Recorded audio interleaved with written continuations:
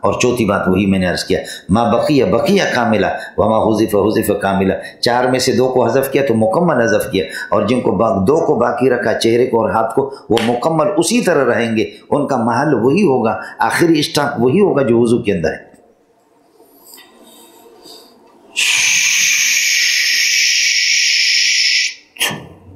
کچھ فرق پڑا؟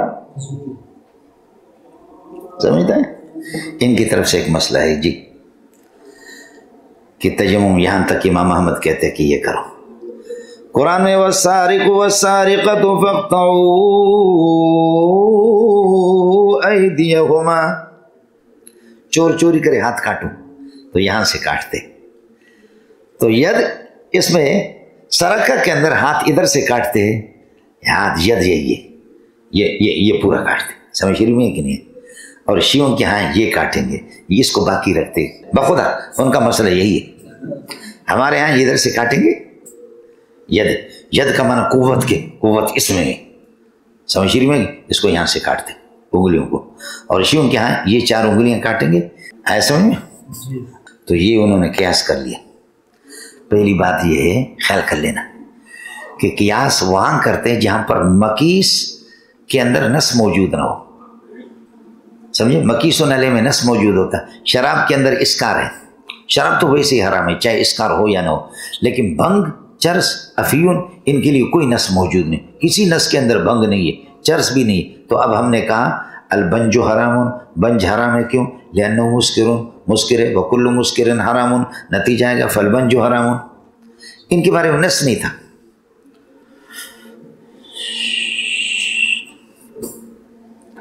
سمجھتا ہے؟ نس نہیں تھا۔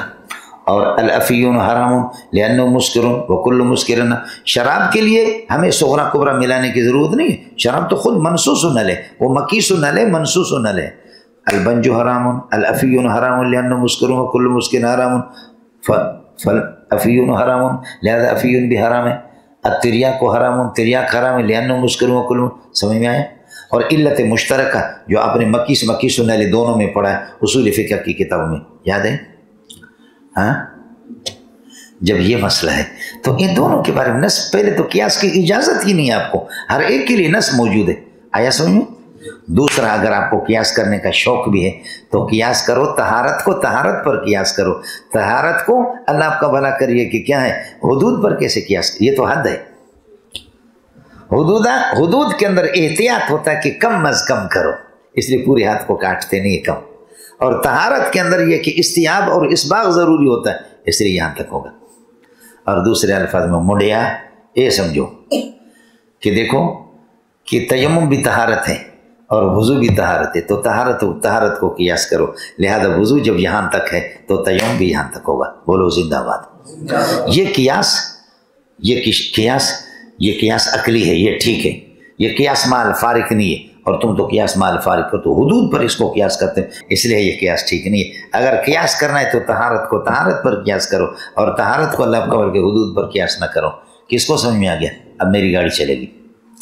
باب التیمم الفصل وعن حذیفہ رضی اللہ عنہ قال قال رسول اللہ صلی اللہ علیہ وسلم فضلنا علی الناس بثلاث، سابقہ امتوں پر 3 خصلتوں کی وجہ سے ہمیں فضیلت مل گئی۔ کیا؟ جعلت صفوفنا، ایک ہماری صفوں کو کصفوف الملائکۃ، فرشتوں کی صفوں کی طرح قرار دیا گیا، سب کو سبحان اللہ۔ ہماری صفیں جو ہوتی ہے فرشتوں کی صفوں کی طرح، وہ تو کی طرح کس چیز میں کی طرح؟ اے فی الصلاۃ و فی الجہاد، صلاۃ میں اور جہاد میں۔ والصافات صفا والملائکۃ صافات صفا کما تصف الملائکۃ، جیسے کہ فرشتے صفیں بناتے، انتم کذالک انتم تصفون فی الصلاۃ، اسی طرح میں نبی آپ کو بتاتا ہوں اپنے نماز میں اسی طریقے پر صف بنا دو۔ والصافات صفا والملائکۃ صافات صفا، ان فرشتوں کی قسم ہے جو صف بناتے نمازوں میں یا صف بناتے جہاد کے اندر، اس لیے کہ بدر میں آ گئے تھے نا، وہ جہاد کرتے، تو صفوف فضلت صفوفنا، ہمارے صفوں کو فضیلت دی گئی، جعلت صفوفنا کصفوف الملائکۃ، تشبیہ کس چیز میں؟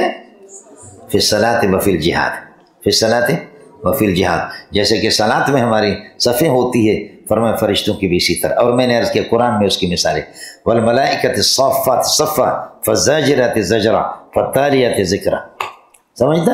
اور جہاد میں بھی ہماری بھی صفیں ہوتی ہیں. ان اللہ یحب الذین یقاتلون فی سبیلہ صفا کأنہم بنیان مرصوص. واہ، یہ مجاہدین کی صفیں ہوتی. مونڈیا تسی تھے ہو. وجعلت لنا الارض کلها مسجدا، اور زمین پوری کی پوری ہمارے لیے مسجد سجدہ گاہ ہے. اس لیے حدیث میں اس کی وضاحت آگئی، فحیث ادرکتک الصلاۃ فصلی، جہاں نماز کا وقت آ جائے. ہر ملک ماست ملک خداست، برخلاف یہود و نصارہ کے. ان کی چرچوں میں، کلیساؤں میں اور گرجا گھروں میں ان کی نمازیں ہوتی تھیں، سوائے عبادت خانے کے باہر ان کی نماز. ہمیں جہاں بھی مل جائے نماز پڑھو. ہو گیا مولانا. وجعلت لنا الارض کلها مسجدا وجعلت تربتها لنا طہورا، یہ طہور مطہر کے معنی میں، سمجھے، اور اس کی مٹی کو ہمارے لیے مطہر قرار دے گا. اذا لم نجد الماء، جب ہمیں پانی نہ ملے. اب حنفیہ کیا مسلک یہ ہے، کل ما کان من جنس الارض، جو چیز زمین کی جنس میں سے پتھر جلایا نہیں جاتا، جس کو آگ نہ جلا سکے، اور چونا ہے، پتھر ہے، چونا ہے، اور اللہ ریت ہے، سمجھے، ہڑتال مٹی ہے، سرما ہے، ان سب پر اللہ آپ کا بھلا کرے. کیا ہے؟ ان سب پر تیمم کرنے کی اجازت ہے. کل ما کان روا مسلم. وعن عمران قال كنا فی سفر مع نبی صلی اللہ علیہ وسلم، سفر میں حضرت کے ساتھ فصلى بالناس، لوگوں کو نماز پڑھائی. فلما فطر من صلاته، جب اپنے نماز سے حضرت فارغ ہو گئے. اذا هو برجل معتزل لم يصلي مع القوم، بس اچانک آپ کی نگاہ پڑی ایک ایسے آدمی پر کہ معتزل ایک طرف تھا. معتزلی کو بھی معتزل ہٹے ہوئے، چونکہ وہ بھی اہل سنت سے ہٹے ہوئی، اس لیے معتزل ایک طرف تھے. لم یصلی مع القوم، صحابہ کے ساتھ اس نے نماز نہیں پڑھی تھی. فقال، اللہ کے نبی نے فرمایا، ما منعک یا فلان، ارے بھائی آپ کو کس چیز نے روکا ان تصلی مع القوم، کہ آپ قوم کے ساتھ، صحابہ کے ساتھ آپ نماز کیوں نہیں پڑھتے؟ قال اصابتنی جنابۃ، حضرت مجھے جنابت لاحق ہو گیا. ولا ماء عندی، میرے پاس کسی قسم کا پانی نہیں ہے. قال علیک بالصعید، مٹی کو اپنے اوپر لازم کرو. فإنه یکفیک، وہ آپ کے لیے کافی. متفق علیہ. موڈیا تسی تے ہو یا کسی اور علاقے وچوں چلے گا. اب یہ قصہ میں نے تفصیل سے آپ کو بتا دیا، لیکن یہاں مختصر ہے حضرت عمار اور حضرت عمر کا. وان عمار قال جاء رجل الى عمر بن الخطاب، عمر کے پاس ایک بندہ آ گیا. یہ عمر کے دور خلافت میں، اور اس سے پہلے والے واقعات حدیث کے اندر نہیں ہے جو میں نے آپ کو بتایا، سمجھے. حضرت عمر کے پاس آئے. فقال انی اجنبت، مجھے جنابت لاحق ہوگی. فلم اصب الماء، پانی نہیں پا رہا. فقال عمار لعمر، تو حضرت عمر نے فرمایا کچھ بھی نماز بھی نہیں پڑھو، کچھ بھی نہ کرو. تو حضرت عمار نے ٹوکا. روایت میں پھر بھی اختصار ہے، فرمایا فقال عمار لعمر، حضرت عمر سے فرمایا اما تذکروا، آپ کو یاد نہیں ہے، انا کنا فی سفر، کہ ہم سفر میں تھے. انا وانت، میں اور آپ. فاما انت فلم تصلی، تو نے نماز نہیں پڑھی. واما انا فتمعکت، بس میں یہ کہ الٹ پلٹ ہو گیا. فذکرت ذلک للنبی صلی اللہ علیہ وسلم، اس کا تذکرہ نبی سے میں نے کیا. فقال انما کان یکفیک ہکذا، نبی نے فرمایا اتنا سا کافی ہے آپ کو، ہاتھوں کی طرف. فضرب النبی صلی اللہ علیہ وسلم بکفیہ الی الارض، دونوں ہتھیلیوں کو زمین پہ مارا. ونفخ فیہما، اور اس میں آپ نے پھونک مارا تاکہ مٹی اڑ جائے. اصل میں پاؤڈر لگانا مقصود نہیں، آپ بھوس والی زمین میں، اور اس کو اسی طرح داڑھی پہ لگائیں گے تو پھر جا کر کے بیوی سے کہو پیار کرو، جوتے مارے گا آپ کو، سمجھے. اس میں پیار کہاں ہوتا ہے، سمجھیے نہیں. آپ کہیں گے کہ نہیں ایک خاص قسم کا چائنا کا پاؤڈر لگا کر کے آیا ہوں، سمجھے، تو نہیں چھوڑ گیجیے. وَنَفَخَ فِيهِمَا ثُمَّ مَسَحَ بِهِمَا وَجْهَهُ، پھر چہرے کو آپ نے اللہ کا بھلا کریے کہ چہرے پر مل دے اپنے ہاتھوں کو. وقف ہے، اور ہاتھوں پر دیکھیے یہاں پر ایک دفعہ ضرب کہا گیا حضرت عمار کی روایت میں، جواب میں نے دے دے. رواہ البخاری ولی مسلم نہ ہو وفی، مسلم کی روایت میں یہ انما یکفیک ان تضرب بیدیک الارض، آپ کے لیے کافی تھا کہ اپنے ہاتھوں کو زمین پر مارتے. ثم تنفخ فیہما، پھر ان میں پھونک مارتے. ثم تمسح بہما وجہک وکفیک، پھر ملتے اپنے یہ کہ چہرے کو اور ہاتھوں کو. وانا بالجعیم بن الحارث سمۃ الانصاری قال مررت علی النبی صلی اللہ علیہ وسلم ویبول، میں حضرت صلی اللہ علیہ وسلم پر گزرا اور آپ پیشاب کر رہے تھے. وہ یہ بولو فسلمت علیہ، میں نے سلام کیا. پیشاب کی حالت میں کسی کو سلام کرنا ٹھیک ہے، سمجھے. تو اس لیے یہ وہ یبول جملہ حالیہ ہے، لیکن وقت بالا کے معنی میں پیشاب کر چکا تھا. ابھی خیال کر لینا، صحابہ سے گستاخ نہیں تھے. کس کو سمجھ میں آ گیا؟ اس لیے تقریباً 20 سے زائد جگہیں ہیں، لیکن ان کے لیے 3 اصول ہیں. بولو 3 اصول ہیں. جہاں مسلم علیہ کا حرج لازم آ رہا اس کو سلام نہ کرو. کوئی مطالعہ میں، تلاوت میں، ذکر و اذکار میں، کھانا کھانے میں اس کو سلام نہ کرو. آپ مسلم ہیں، یہ مسلم علیہ. مسلم علیہ کا حرج جہاں پر لازم آ رہا ہو، سمجھے، کئی صورتیں اس میں، تلاوت میں، ذکر و اذکار میں، اذان میں ہے، کھانے میں ہے، پینے میں ہے، سمجھے، اس کو سلام نہ کرو. یا مسلم علیہ کا حرج لازم آ رہا ہو. اور دوسری صورت یہ ہے جہاں پر اللہ کا بھلا کریے کہ سلام کی توہین ہو رہی ہو، سلام کیا ہے؟ سلام اللہ کی صفات میں سے آپ نے پڑھا ہوگا شرح تہذیب کے اندر ایک عبارت ہے میرے ذہن سے نے کی القدوس السلام المومن، یہ شرح تہذیب میں تو ہے نا؟ ہاں ملنگو، تو سلام اللہ کی صفت ہے۔ السلام علیکم کہو یا وعلیکم السلام، اللہ کی صفت کو ایک آدمی ٹٹی کر رہا ہے اور پیشاب کر رہا ہے السلام علیکم ورحمۃ اللہ، وعلیکم السلام، وہ تو سانو خیر ہوئے کتنی جل دے ہو، یہ لاہور جل دے جی، سمجھے؟ آپ کو سمجھ نہیں ہے اے مونڈے یہاں یہ طریقہ تو ٹھیک نہیں ہے نا، یہاں سلام کی توہین ہو۔ اور تیسرا، یہ تقریباً 30 تک مثالیں اس سے زائد، لیکن ضابطہ ان کے لیے یہ 3 ہیں۔ تیسرا، جہاں سلام کہنے میں اندیشہ ہو، فتنے کا اندیشہ، آپ کہتے ہیں السلام علیکم ورحمۃ اللہ وبرکاتہ، کیا کہہ رہا ہوں؟ السلام علیکم، کم نہیں کہہ رہا، سمجھے؟ السلام علیکم، السلام علیکم ورحمۃ اللہ وبرکاتہ، ایسے۔ اور ادھر سے جواب ہے، جب اس قسم کا جواب آئے گا تو آپ کا دل عین غین ہوگا نہیں ہوگا؟ دلو اس قسم کا جب آپ سنیں گے تو پھر کیا ہوگا؟ دل عین غین ہوگا نہیں ہوگا؟ اس لیے عورت کی آواز کو بھی شریعت نے پسند نہیں کی۔ عورت کی آواز تو اپنی جگہ پر ہے، عورت کی پازیب کی آواز کو بھی شریعت نے کہا کسی کو نہ سنا۔ وَلَا يَضْرِبْنَ بِأَرْجُلِهِنَّ لِيُعْلَمَ مَا يُخْفِينَ مِنْ زِينَتِهِنَّ وَتُوبُوا إِلَى اللَّهِ وَلَا يَضْرِبْنَ بِأَرْجُلِهِنَّ، پاؤں کو زور سے نہ مارو۔ تو اس لیے تیسری جگہ کیا ہے؟ جہاں فتنے کا اندیشہ ہو، یہ 3 جگہ ہیں۔ منڈیا کچھ پڑا پڑ گیا؟ اب اس لیے آپ کو بتایا وہ یبولو کا منع وقت بالا، فارغ ہو چکے تھے۔ فسلم تو علیہ، میں نے سلام کیا، فلم یرد علیہ، نبی نے میرے سلام کا جواب نہیں دیا، حتی قام الی جدار، یہاں تک کہ آپ ایک دیوار کے پاس کھڑے ہو کر کے تشریف لے گئے، فحتہ، اس کو کھرچنا شروع کیا، بعصا، اپنے عصا سے، ایسی عصا کہ کانت معہ، جو آپ کے ساتھ تھا۔ اگلے والا جملہ صفت ہے اس کے لیے، عصا کے لیے۔ ثم وضع یدہ علی الجدار، پھر اپنے ہاتھوں کو دیوار پہ رکھا، فمس، اور مٹی لے لی، مٹی چونکہ اس سے کھرچنا شروع کیا ڈنڈے سے، اپنے عصا سے۔ یہ انازا، یہ ڈنڈا حضرت کے پاس ہوتا تھا، دیوار میں لگا دیا تو دیوار سے کچھ مٹی اس پہ ہاتھ لگا کر کے پھر چہرے کا مسح کیا اور ہاتھوں کا۔ ثم رد علیہ، پھر یہ ہے کہ میرے سلام کا جواب دیا۔ حضرت اعتراض کر رہے ہیں کہ فصل اول کے اندر یہ روایت میں نے بخاری مسلم میں تو دیکھا نہیں ہے، حالانکہ آپ کا قانون یہ ہے کہ اللہ آپ کا بھلا کریے کہ بخاری اور مسلم کی روایتیں لاتے۔ لم اجد هذه روایت فی الصحیحین ولا فی کتاب الحمیدی ولکن ذکرہ، لیکن صاحب مصابی نے شرح السنت کے اندر اس کو نقل کیا، وقال هذا حدیث حسن۔ اب مسئلہ سمجھو، حضرت نے سلام کا جواب نہیں دیا، جا کر کے کیا کیا؟ تیمم کیا، پھر سلام کا جواب دیا۔ تو کیا سلام کی جواب دینے کے لیے اللہ آپ کو بھلا کرے تیمم اور وضو ضروری ہے؟ جواب یہ ہے کہ قد کان ھذا ثم نسخ، یہ تھا پھر منسوخ ہو گیا۔ کس کو سمجھ میں آ گیا؟ ایک دوسرا مسئلہ یہ ہے، چونکہ سلام اللہ کی صفات میں سے، السلام علیکم یا وعلیکم السلام اللہ کی صفات، تو اللہ کا نبی جو ہے نا زیادہ تر اس بات کو پسند کرتے تھے کہ طہارت کی حالت میں اللہ کا نام لے لوں، سلام تو اللہ کا نام ہے۔ آپ سمجھے نہیں سمجھے؟ تو اس لیے آپ نے تیمم بنا دی، اور واجب نہیں ہے، اور اگر واجب تھا تو منسوخ ہو گیا۔ ایک یہ، دوسرا یہ ہے کہ حضرت اقدس صلی اللہ علیہ وسلم میرے لیے اور آپ کے لیے اجازت ہے، ہم جنابت کی حالت میں بھی سلام کا جواب دے دیں، جنابت کی حالت میں سلام بھی کریں، حدث اصغر حدث اکبر دونوں میں، لیکن یہ رخصت ہے ہمارے لیے۔ حضرت اقدس صلی اللہ علیہ وسلم کے لیے عظیمت، اعلیٰ اور افضل، خود اعلیٰ اور افضل تھے، اس لیے اپنے تیمم کر دیا۔ سمجھ میں آ گیا؟ تیسرا مسئلہ سمجھو، استعفا غدا، وہ یہ ہے سلام کرنا مستحب ہے لیکن سلام کا جواب دینا واجب ہے۔ بولو، سلام کرنا مستحب ہے، سلام کا جواب دینا شرح تہذیب میں آپ نے پڑھا ہوگا، وَإِذَا حُيِّيتُم بِتَحِيَّةٍ فَحَيُّوا بِأَحْسَنَ مِنْهَا، جب آپ کو سلام کیا جائے اس سے اچھا سلام کا جواب دے دو، تو حیو امر کا صیغہ ہے، جواب سلام ہے، یہ واجب ہے۔ اب سمجھو، حنفیہ نے اس سے قاعدہ بنا دیا، قاعدہ یہ، ہر وہ عبادت جو اللہ آپ کا بھلا کریے کہ کیا ہے، قضا ہو رہی ہو اور ختم ہو رہی ہو، لا الہ خلف، اس کا کوئی قائم مقام نہ ہو، اس کے لیے آپ تیمم کر سکتے، چاہے پانی قریب بھی ہو لیکن کرو، تیمم کرو۔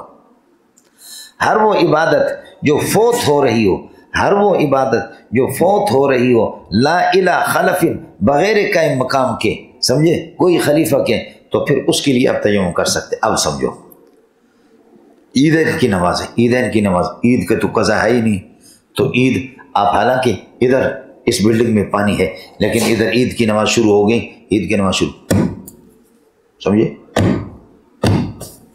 اللہ اکبر۔ اس لیے کہ آپ جب آ کر کے یہاں وضو بنائیں گے تو عید کی نماز آپ سے چلی جائے گی، تو اس اور عید کا پھر خلیفہ ہے ہی نہیں۔ جنازہ کی نماز کھڑی ہوگی، بشرطے کہ آپ خود ولی نہیں ہیں، آپ ولی نہیں ہیں، جنازہ کی 4 تکبیر ہوں آپ سے پہلے، تو آپ وہاں جلدی جلدی میں اللہ کو تیمم کر کے اس کے ساتھ، اور یہاں سلام کا جواب دینا واجب ہے۔ اگر نبی فوراً تیمم نہ کرتے وضو کے لیے چلے جاتے تو یہ بندہ تو چلا جاتا، یہ بندہ تو چلا جاتا۔ تو اس لیے حضرت صلی اللہ علیہ وسلم نے فرمایا اس واجب کو تاکہ چھوٹ نہ جائے اس کے لیے تیمم کر لیا۔ کس کو سمجھ میں آ گیا؟ باقی جمعہ کے لیے آپ تیمم نہیں کر سکتے، جمعہ اگر چھوٹ بھی جائے اس کا قائم مقام خلیفہ اس کا موجود ہے، حضرت مولانا ظہر کی نماز۔ منڈے آپ کچھ پڑھا نہیں پڑھا، کس کو مسئلہ سمجھانا؟ اس لیے اس سے حنفیہ نے اس مسئلے کو نکالا، ہر وہ عبادت جو فوت ہو رہی ہو لا الہ خلف، بغیر خلیفہ جار مجرا قائم مقام کے، اس کا خلیفہ قضا بھی اس کی نہ ہو سکتی ہو، تو اس کے لیے اللہ کا بھلا کریے کہ تیمم کرنے کی اجازت ہے۔ ولو کان الپانی قریباً، اگرچہ پانی قریب ہو لیکن پھر بھی اجازت ہے۔ یہ منڈیا یہ ہو گیا، سمجھے؟